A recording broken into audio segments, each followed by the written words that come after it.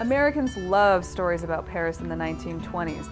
They think of the cafes, they think of the freedom, the nightclubs, the artists, the writers. They think of all the boulevards. They imagine themselves as innocents abroad, enjoying their time beyond politics, beyond the problems of the United States life. But what they don't know is that Paris was in fact a very difficult place after World War I.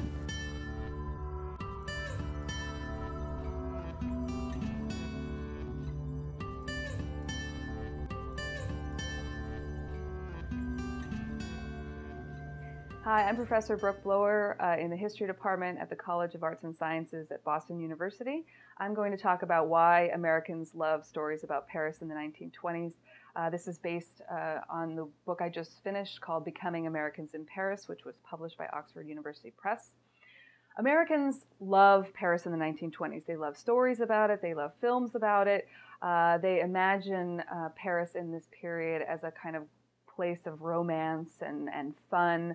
They think about the cafes. They think about the nightclubs. They're very familiar with stories about famous Americans who went there. For example, Josephine Baker, who escaped racism and found fame as a dancer, or writers like Hemingway and Fitzgerald, who imagined that they were escaping Puritanism in the United States in the era of Prohibition and learning how to be themselves and be free abroad. You can think about young women who also went to Paris to escape their families and the kinds of expectations their families had placed on them in order to do what they wanted to do. A lot of these stories are based on memoirs and films that were made later, typically in the 1950s or the 1960s. But even at the time, Americans, when they drew pictures of Paris or when they talked about Paris in magazine articles, for example, they really saw themselves as carefree people there. They saw themselves as fancy, free, and sort of at home on the boulevards, basically. But what happens if we actually read outside of American history? Normally, American historians only work with American documents, but if you start reading sources about Paris in the 20s that aren't written by Americans, we see a very different picture emerging. For one, the French were going through a very difficult time. This is right after World War I, and the French sustained far greater casualties than any other group. Paris, in fact, was one of the most politically polarized places in the world as well. It had one of the largest concentrations of communists and socialists anywhere in the infamous Red Belt. So it's a very different place than what Americans have made it out to be.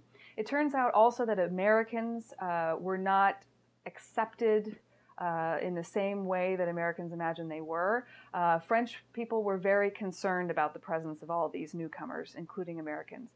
People on the left were envisioning Americans as capitalists who were exploiting workers and basically spreading, capitalist values on the city.